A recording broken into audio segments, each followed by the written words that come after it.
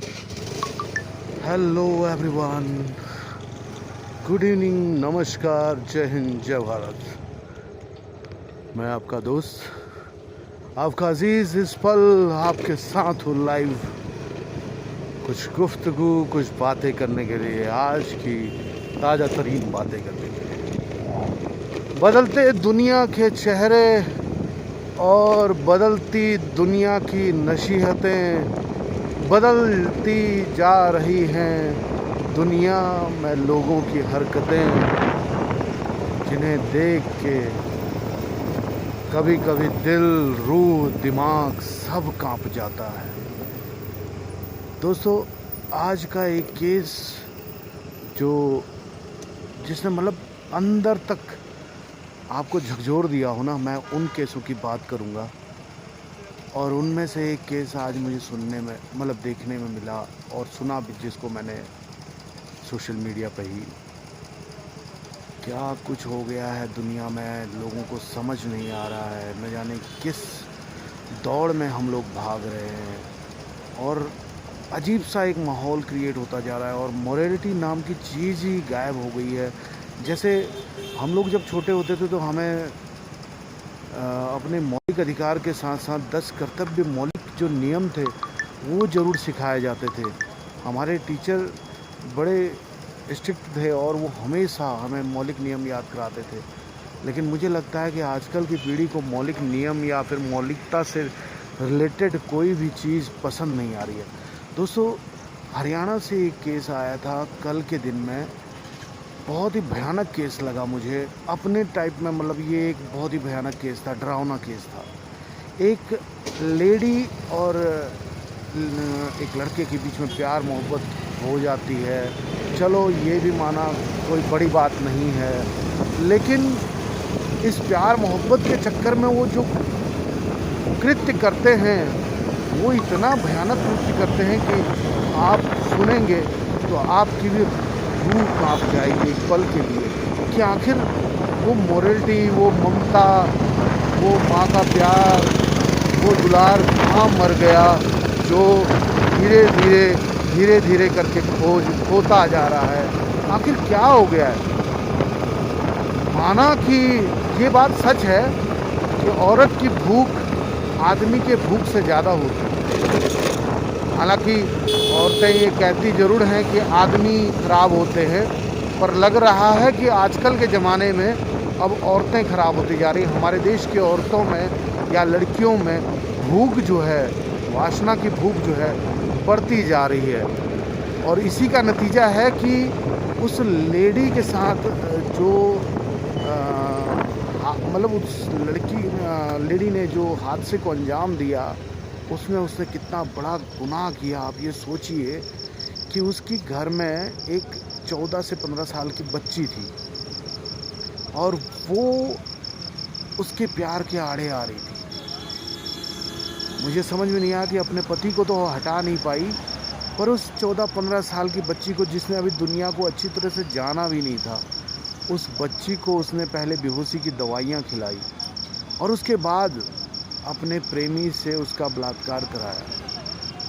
और हद तो तब हो जाती है, हालांकि मैं चलो मानता हूँ कि आदमी एक मतलब घटिया प्रजाति का व्यक्ति है, लेकिन औरत, एक माँ इस तरह की हरकत करवा रही है और कितना दबाव उसके ऊपर डाला होगा या नहीं डाला होगा मुझे समझ नहीं आया। लेकिन उस आदमी ने उस औरत, उस बच्ची का पहले रेप किया, उसके बाद उन दोनों को लगा कि अभी भी इसमें जान बाकी है, तो उन्होंने एक ट्रक ड्राइवर को हायर किया और ट्रक ड्राइवर को हायर करने के बाद उस ट्रक ड्राइवर को पैसे दिए और उसके बाद उस बच्ची को बलात्कार के केस से दूर भागने के लिए उन्होंने बोला कि भैया इसको ऐसा हादसा बनाओ कि ऐसा लगे कि ये ट्रक के नीचे आ गई थी।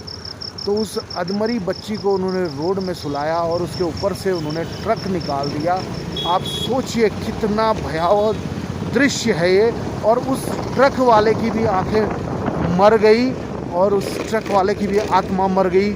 उन दोनों की तो आत्मा मर गई थी, लेकिन उस ट्रक वाले की और उस भी आत्मा मर गई, जिसने एक छोटी बच्ची मतलब अधमरी अवस्था में उसके ऊपर ट्रक चला दिया। दोस्तों मतलब कितना गिर गए लोग, हम कितना मोरल थिंकिंग से हमारी मर चुकी है और हम कितना गिर चुके हैं।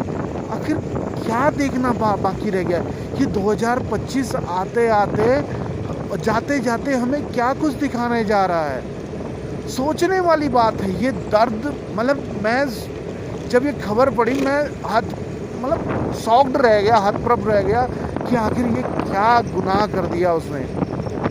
और अब ये देखकर मुझे औरतों की हरकतें देखकर हंसी भी आ रही है कि एक केस और सुनने में आया, एक 50 साल की लेडी अपने मतलब अपने बच्चों को छोड़ के एक नौजवान लड़के के साथ फरार हो गई। मतलब अपने बेटे के उम्र के लड़के के साथ फरार हो गई। हद हो गई यार, 50 साल की लेडी। और उसमें बचा क्या? अब 50 साल जी लिए, बहुत से 10-20 साल और जी लेगी। और भागी किसके साथ? एक बहुत से 20-22 साल लड़के के साथ। क्या हो गया है दुनिया को। और एक केस और सुना जिसमें कि एक लड़का अपनी चाची के साथ फरार हो गया और इस घटना से प्रभावित होकर उसके परिवार वालों ने, यानी कि उसके माँ बाप और 2 बहनों ने सुसाइड कर लिया यार। 4 मतलब एक घर में से 4 लोगों की जिंदगियां एक साथ जली। यहाँ लोग जिंदगी पाने को तरसते हैं। मैं कहता हूँ कि किसी को अगर घमंड हो गया है ना अगर अपनी ज़िंदगी पे, तो यार एक बार हॉस्पिटल जाके देखो क्या हालत है लोगों की। लोग ज़िंदगी की भीख मांग रहे हैं और डॉक्टर से मिन्नतें करते हैं कि भाई हमारे इस प्राणी को ठीक कर दे, हमें ठीक कर दे। और लोग जिंदा आदमी को इस तरीके से मार रहे हैं, इस तरीके से कत्ल करते रहे। कितना भयानक ये दृश्य हो गया है सचमुच। प्रभु अब तो आपका आना उचित बनता है। मतलब मुझे नहीं समझ में आ रहा कि इससे और ज़्यादा घटिया कितना देखना होगा और कितना हम लोगों के लिए ये माहौल ख़राब हो गया है। सोशल मीडिया की कुछ चीज़ें जो अच्छी है उनमें ये चीज़ें भी हैं कि हमें जगह जगह की खबरें तुरंत मिल जाती हैं। ये सब देखकर मेरा तो दिल कांप रहा है कि आखिर कैसे हम अपने इस समाज में कैसे हम जिएंगे। हम कंपैरिजन अपना अमेरिका के साथ कर रहे हैं। हम बनना चाहते हैं अमेरिकन। हमारे देश की लड़कियां छोटे छोटे कपड़े पहन के अर्धनग्न अवस्था में डांस करके पब्लिक में अपने आप को अंग्रेज समझने में देरी नहीं करती। लेकिन अरे भाई अंग्रेज बनना है तो हर तरफ से अंग्रेज बनो यार। ये क्या आप लोग कर रहे हो? देखिए गुनाह तो गुनाह है, चाहे किसी का भी हो, लेकिन अब ये गुनाह औरतों की तरफ से हो रहे हैं तो ये और ज़्यादा भयानक हो रहे हैं। ये गुनाह जो हैं और ज़्यादा भयानक हो रहे हैं। मुझे तो लग रहा है कि अब आने वाले समय में जो लड़के शादी करें वो पहले ही इश्तिहार निकाल के या फिर सोशल मीडिया पर खबर फैला के अपनी होने वाली बीवी के बारे में जांच पड़ताल कर लें। क्योंकि लड़कियां तो जांच पड़ताल करें ना करें, आप लोग ज़रूर जांच पड़ताल करें, वरना ड्रम में पैक होने में और इस तरीके से मौत के घाट उतारने में आपको मिनट नहीं लगेगा उनको। और इतनी खुखार हमारे देश की अब ये लेडी गैंग हो रही है कि आप उसकी कल्पना नहीं कर सकते। ये कल्पना से परे हो चुका है।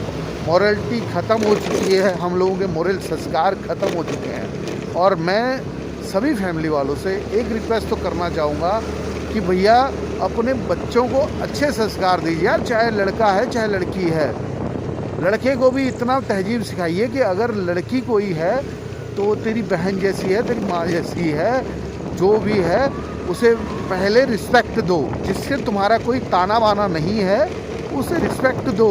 ये नहीं कि हर लड़की हमारे बिस्तर में आए तो बढ़िया है, ऐसा कहना, ऐसा सुनना, ऐसा करना गुनाह है। हालांकि देखिए मैं भी एक आदमी हूँ और हमने भी वो टाइम देखा है। अब आज भले ही हमारी ज़िंदगी से वो टाइम निकल चुका है, जवानी का दौर वो निकल चुका है, लेकिन फिर भी हमने भी वो टाइम देखा है। पर हमने कभी ये वाली फीलिंग तो कभी अपने दिल में कभी नहीं लेके आए। अपनी ज़ुबान से हमने कभी किसी स्त्री का बुरा ना कभी किसी स्त्री को, ना कभी किसी लड़की को बुरा कहा। आज तक का रिकॉर्ड है। हमने सबको, हाँ, किसी ने हमसे आंखें मिलाई, उसकी बात अलग है, फिर हम उससे ज़रूर मिले हैं, लेकिन बिना उसकी इजाज़त के हमने कभी किसी लड़की पर अभद्र टिप्पणी आज तक नहीं की, और ना ही कभी हुल्लड़बाजी करके अपने फ्रेंड सर्कल में जाते हुए लड़कियों के साथ अभद्र टिप्पणी की हो। हाँ चलो, मजाक किया हो सकता है, और मजाक करना कोई बुरा नहीं है। किसी की तारीफ़ ज़रूर करी हो सकती है, या अगर अच्छी बुरी चीज़ है, यानी कि हमें उसमें कोई अच्छी चीज़ लगी है या कोई बुरी चीज़ लगी है, वो ज़रूर हमने बोला होगा, लेकिन कभी किसी को अभद्रता के साथ व्यवहार आज तक नहीं किया। तो यार, मेरा सभी परिवार वालों से निवेदन है कि अगर आप हिंदुस्तान में रह रहे हैं, अपनी संस्कृति को बचाना चाहते हैं और आप अपनी संस्कृति से जुड़े रहना चाहते हैं, तो प्लीज़ अपने बच्चों को अच्छे संस्कार दीजिए यार। ये कौन से संस्कार हम दे रहे हैं? हालांकि इसमें संस्कारों का भी दोष नहीं है, कहीं ना कहीं इसमें आदमी की जो भूख है उसका दोष है, जो कि बढ़ रही हो, तो क्या किया जा सकता है। क्योंकि स्त्रियों के लिए हमारे समाज में बाहर मुंह मारना अभी भी वर्जित है, और अभी भी स्त्रियों के लिए वो सब चीज़ों पर बातें बनाना हमारे समाज में नॉर्मल है। तो यार, समाज में एक अच्छा माहौल बनाइए, ताकि स्त्रियां भी अपने पति के साथ खुशी से रह सकें और पति भी अपनी स्त्रियों के साथ खुशी से रह सके। और शादी कोई समझौता नहीं है यार, ये एक बंधन है जिसको निभाने के लिए हम लोगों को निभाने के लिए कोई वाद्य नहीं करता इसको, लेकिन ऊपर वाले ने अगर हमें कहीं ना कहीं जोड़ा है, तो उसका हमारा फ़र्ज़ बनता है कि हम उसको निभाएं यार। लॉयल्टी अपने पार्टनर के प्रति पूरी रखें यार। ये थोड़ा होता है कि आप खुद कहीं मुंह मार रहे हैं और आपकी वाइफ कहीं और मुंह मार रही है, ऐसा तो नहीं होना चाहिए। इस देश में जो ये सब हो रहा है, ये बहुत गलत हो रहा है। मुझे तो सोचकर भी हैरानगी हो रही है कि हमारे देश में ये सब हो क्या रहा है। हिंदुस्तान की धरती जो है ना, अपवित्र होती जा रही है धीरे धीरे, और ये 2025 में जाने जाते जाते क्या कुछ दिखाएगा। अरे चला ले यार, ये 2025 जाते जाते न जाने क्या कुछ दिखाएगा, समझ नहीं आ रहा है।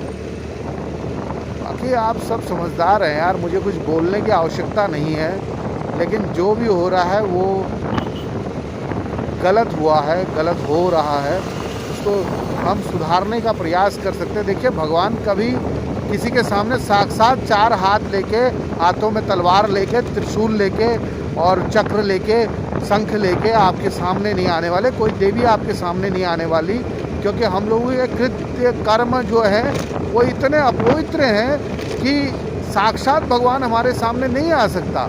लेकिन अगर किसी के कर्मों में थोड़ा जान है, तो भैया साक्षात अगर भगवान आपके सामने नहीं आएगा, तो वो किसी न किसी रूप में ज़रूर आएगा, क्योंकि हम ही उसके प्रतिबिंब हैं, और हमारे अंदर ही वो निराकार, वो साकार, जैसा मर्जी कह लो, वो प्रभु हम सब के अंदर ही विराजमान है।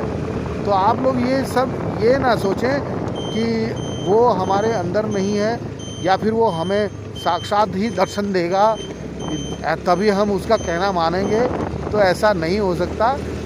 अभी देखिए ना, एक उदाहरण मैं आपको देना चाहूँगा। प्रेमानंद जी महाराज हैं अपने, जो उनके दरबार में एक व्यक्ति आता है और कहता है कि हे प्रभु मैं आपका बहुत बड़ा भक्त हूँ, लेकिन मेरी कुछ बातें हैं जो मैं आपसे कहना चाहता हूँ।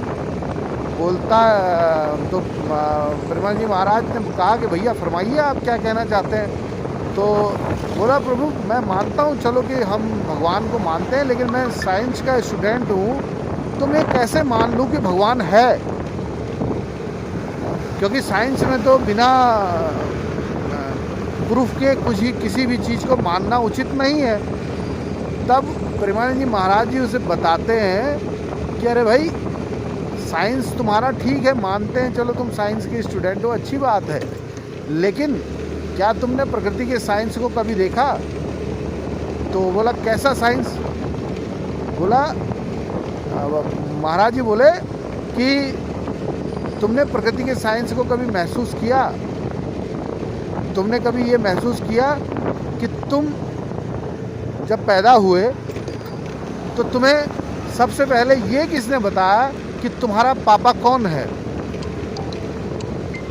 तो वो बोले कि वो लड़का बोला कि मेरे माँ ने बताया। तो बोला वैसे ही आपको जब मैंने बताया कि भगवान है तभी आपको पता चल रहा है। जैसे आपको पता चलता है कि क्योंकि केवल आपकी माँ ही जानती है। इस दुनिया का ये सबसे बड़ा कड़वा सत्य है कि एक माँ ही जानती है कि आपका पिता कौन है। आजकल भले ही साइंस ने तरक्की कर ली है, डीएनए टेस्ट हो जाते हैं, ये हो जाता है, वो हो जाता है, बहुत सारी बातें हो जाती हैं, लेकिन असल ज़िंदगी में केवल एक पिता ही जानता है कि एक माँ ही जानती है कि आपका बाप कौन है, किसी का भी। तो इससे बड़ा सत्य और क्या हो सकता है? तो बोले कि जब तुम अपनी माँ के कहने पे अपने पिता को अपना पिता समझते हो, तो वैसे ही मेरे कहने से ये समझिए कि आप भगवान है इस धरती पर, क्योंकि हर चीज़ के लिए गुरु का होना आवश्यक है। इसीलिए गुरु का दर्जा हमेशा मान्य ऊपर रखा गया है, माता पिता, उसके बाद गुरु को दर्जा दिया गया, भगवान को भी नहीं।